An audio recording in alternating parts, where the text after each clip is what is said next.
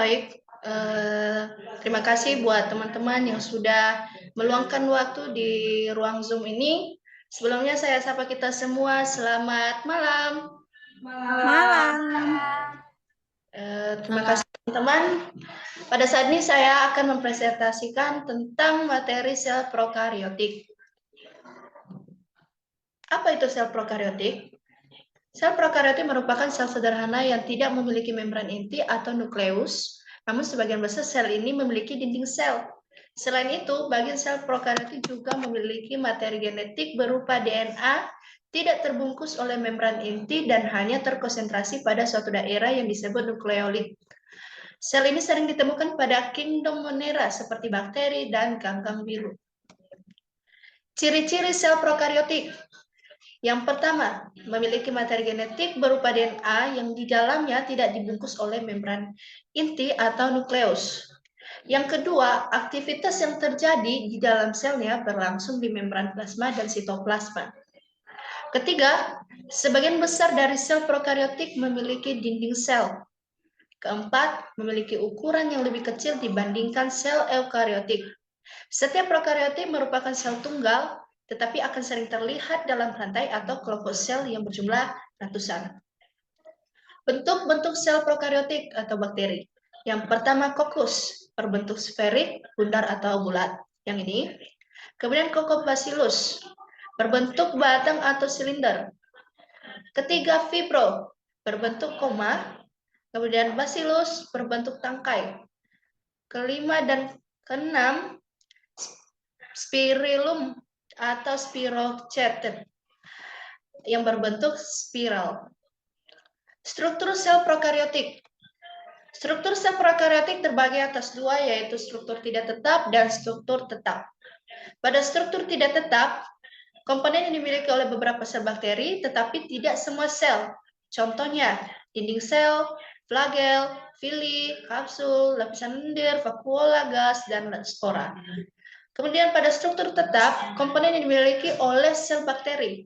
Contohnya membran sitoplasma, komponen genetik, dan ribosom. Pertama, struktur yang akan kita bahas yaitu fibria atau pili. Istilah pili atau pribia digunakan untuk menunjuk struktur yang sama, yaitu struktur yang mirip rambut pada permukaan sel. Struktur fibria atau pili merupakan struktur mirip rambut-rambut halus yang tumbuh dari dinding sel, berfungsi untuk melekat pada suatu substrat dan penyaluran pada materi genetik pada saat konjugasi. Terdapat pada beberapa sel prokariot, jadi tidak semua sel memiliki fibria atau pili. Pada fungsi struktur ini yaitu penempelan atau adesi pada permukaan lainnya, misalnya pada sel bakteri. Kemudian kapsul dan lendir. Pada kapsul dan lendir, lapisan sel prokariotik paling luar disebut dengan kapsul. Bahan kapsul pada sel prokariotik berupa polisakarida yang dapat memungkinkan sel untuk melekat pada berbagai permukaan yang tersusun dari air dan polisakarida. Bakteri pada permukaan selnya dapat menghasilkan lendir. Lendir yang berkumpul kemudian menebal dan membentuk kapsul yang tersusun atas glikoprotein. Lapisan lendir dan kapsul berfungsi sebagai pelindung menjaga sel dari kekeringan, membantu melekatkan diri dengan bakteri lain dan terhadap benda asing dari luar. Kapsul juga pada bakteri patogen berfungsi sebagai perlindungan diri dari sistem imun inang. Struktur berikutnya yaitu dinding sel. Dinding sel dan arkae tersusun atas peptidoglikan, lipid, dan protein. Pada dinding sel berfungsi sebagai pelindung dan pemberi bentuk yang tetap. Pada dinding sel terdapat pori-pori sebagai jalan keluar masuknya molekul-molekul. Struktur berikutnya yaitu membran plasma. Di membran plasma atau membran sel tersusun atas molekul lipid dan protein. Membran plasma berfungsi sebagai pelindung molekuler terhadap lingkungan di sekitarnya dengan jalan mengatur lalu lintas molekul dan ion-ion dari dalam. Membran plasma adalah lapisan atau penutup luar setelah lapisan kapsul dan dinding sel yang memisahkan bagian dalam sel dan lingkungan luar. Bagian membran plasma berhubungan langsung dengan sitoplasma yang menjadi tempat beberapa organel dalam sel prokariotik. Sitoplasma. Sitoplasma tersusun atas air, protein, lipid, dan mineral, serta enzim-enzim yang digunakan untuk mencerna makanan secara ekstraseluler dan untuk melakukan proses metabolisme sel. Sitoplasma mencakup seluruh ruang dalam membran sel atau plasma. Pada sitoplasma menjadi tempat untuk beberapa organel penyusun struktur sel prokariotik. Kemudian materi genetik dan nukleolit. Nukleolit adalah bagian pada sel tempat DNA berada, namun ini tidak diselubungi oleh membran. DNA atau asam deoksiribonukleat merupakan persenyawaan yang tersusun atas gula deoksiribosa, fosfat, dan basa-basa nitrogen.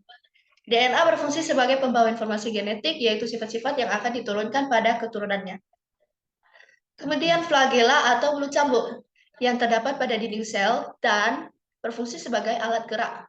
Flagela hanya dimiliki oleh bakteri berbentuk batang, koma atau fibro, dan spiral. Selain itu, ada komponen lain yang dimiliki oleh prokariotik tertentu, seperti pertama, vakuolagas yang berfungsi untuk mengapung pada lingkungan akuatif atau perairan. Kedua, vakuolagas hanya terdapat pada bakteri-bakteri fotosintetik yang hidup di air. Vakuolagas memungkinkan bakteri mengapung di permukaan air sehingga mendapatkan sinar matahari untuk berfotosintesis. Ini teman-teman yang berwarna hijau ini. Kemudian yang kedua, endospora berfungsi untuk bertahan pada kondisi yang ekstrim. Kondisi lingkungan sudah tidak mendukung lagi pada banyak bakteri yang berbentuk batang karena tubuh mereka dilindungi. Endospora artinya spora yang terbentuk di dalam bakteri. Yang ini. Ketiga, mesosom. Kadangkala pada tempat-tempat tertentu, membran plasma melaku ke bagian dalam membentuk suatu bangunan yang disebut mesosom. Mesosom berfungsi sebagai penghasil energi. Biasanya mesosom terletak pada dinding sel yang baru terbentuk pada saat pembelahan binar sel bakteri. Mesosom adalah penonjolan membran sel ke arah dalam, yaitu dari membran sel ke arah sitoplasma. Fungsi mesosom adalah penghasil energi bagi sel. Membran mesosom memiliki enzim-enzim pernapasan yang berguna dalam reaksi oksidasi untuk menghasilkan energi. Pada mesosom juga memiliki peran dalam membentuk dinding sel baru ketika terjadi pembelahan sel. Baik teman-teman, demikian presentasi yang saya sampaikan. Saat ini kita masuk pada sesi pertanyaan. Bila ada yang teman-teman tanyakan dari apa yang saya presentasikan tadi, dipersilakan. Saya, Pipi Aulia Sengusir, ingin bertanya, apakah sel prokariotik itu memiliki flagela? Baik, terima kasih Pipi. Tadi pertanyaannya apakah sel prokariotik memiliki flagela? Nah, pada sel prokariotik selalu memiliki flagela sebagai alat gerak. Bagaimana Vivi? Saya terima. Baik. Ada lagi yang mau bertanya? Saya Syifa Salsabila dari S1 Farmasi kelas 1E ingin bertanya, Baik, Siva. bagaimana pembelahan sel pada organisme prokariotik? Baik, terima kasih Siva. Tadi pertanyaannya bagaimana pembelahan sel pada organisme prokariotik. Saya akan menjawab. Proses pembelahan sel pada organisme prokariotik itu sering dikenal dengan fisi binar atau binary fission, karena sifat organisme prokariot yang sangat sederhana dengan hanya satu membran dan tidak hanya pembagian internal. Jadi proses pembelahan pada prokariotik itu sekedar mereplikasi atau meniru DNA-nya dan memisah jadi dua bagian. Bagaimana Siva? Baik, terima kasih, sangat dimengerti. Ya, baik, terima kasih buat Siva. Kemudian ada lagi yang mau bertanya? Saya mau bertanya, Ya, kenalkan nama saya Ati. baik Vinky. Pertanyaan ada di slide kedua. Ya, Apa perbedaannya bakteri dan ganggang biru pada sel prokariotik? Ya. yang ini ya? Ya. Udah. Ya. Baik, saya akan menjawab. Perbedaan ganggang biru dan bakteri yaitu pertama, Bakteri merupakan organisme heterotrof yang mendapatkan makanan dari lingkungannya. Sedangkan ganggang biru merupakan organisme autotrof karena memiliki klorofil sehingga ia dapat membentuk makanan sendiri dengan proses fotosintesis. Bagaimana, Vinky?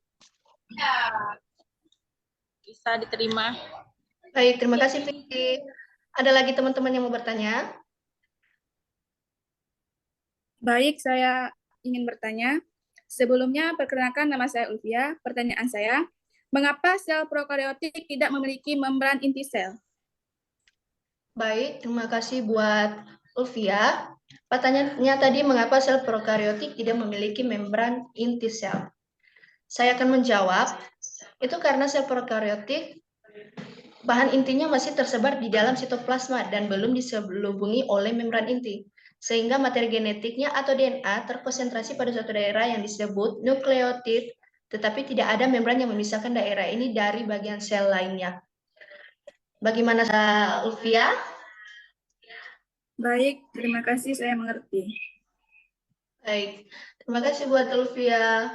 Ada lagi teman-teman? Saya ingin bertanya, perkenalkan nama saya Yafia Adila. Pertanyaan saya, bagaimana pergerakan bakteri yang memiliki flagel yang tidak memiliki flagela? Baik, terima kasih buat Yafia. Saya akan menjawab pertanyaan dari Yafia. Pergerakan flagel bakteri yaitu dengan cara memutar flagel berbentuk heliks. Pergerakan ini dapat disamakan dengan kotreks, pembuka botol gabus. Dan untuk bakteri yang tidak memiliki alat gerak, umumnya bergerak secara menggelinding, meluncur, dan akan bergerak apabila ada kontak terhadap benda padat. Bagaimana, Yafia? Baik, bisa diterima. Terima kasih, Tiffany. Kemudian ada lagi yang mau ditanyakan? Saya ingin bertanya, Ya, baik. perkenalkan nama saya Yusita Fatia Marpaung. Jadi pertanyaan saya, mengapa sel prokariotik lebih sederhana? Ya, baik, buat Jessica, mengapa struktur sel prokariotik lebih sederhana? Saya akan menjawab, sel prokariotik strukturnya lebih sederhana itu karena tidak mempunyai organel yang terbungkus oleh membran. Bagaimana, Jessica? Baik, saya mengerti. Terima kasih. Baik, teman-teman, masih ada yang mau ditanyakan?